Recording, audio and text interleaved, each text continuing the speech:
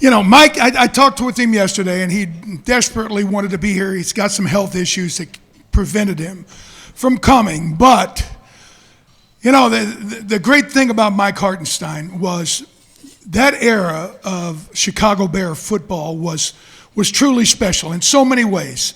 And getting to the Super Bowl was, obviously, and Russell, you know how it was. I mean, it's one of those things that it doesn't just happen. You got to make it happen. And Mike Hartenstine was one of the main reasons why the Bears came from obscurity and yet became such a force in the NFL.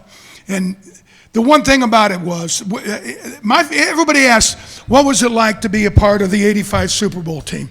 And it was awesome. But you know what, really, my favorite part of my career here in Chicago actually was the early days, back before, we were the greatest team in NFL and all that stuff. It was the early days. I got here in 1979, and Mike Hartenstine, he was an Adonis.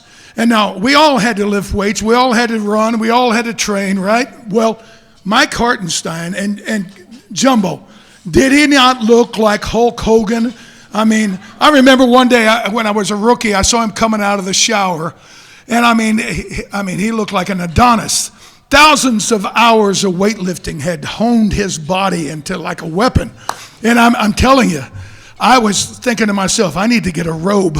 So, but Mike Hartenstine was special in so many ways. We had Walter Payton. We had, some great players, Tommy Hicks, Jimbo Covert. But Mike Hartenstine probably was the toughest guy on our team. And I mean, we're talking about tough individuals.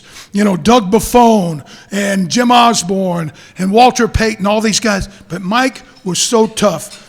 13 years, he never missed a meeting, never missed a practice, never missed a game. He was part of the '84 season that led, Richard Dent led the defense in sacks. But Hartenstine, I think he had 11 or 12, and we set the NFL record that is yet to be broken with 72 sacks in 1984. So he was such a special teammate. But the one thing that I always knew about him, Corey, was the will to win. Mike had a will to win. And again, he was the tough guy. He grew up in Bethlehem, Pennsylvania. Nobody's painting their fingernails in Bethlehem, Pennsylvania, trust me. So Mike Hartenstine, in so many ways, was so great for our team for, not only being a great player, a leader, but special because he was the toughest guy on the team.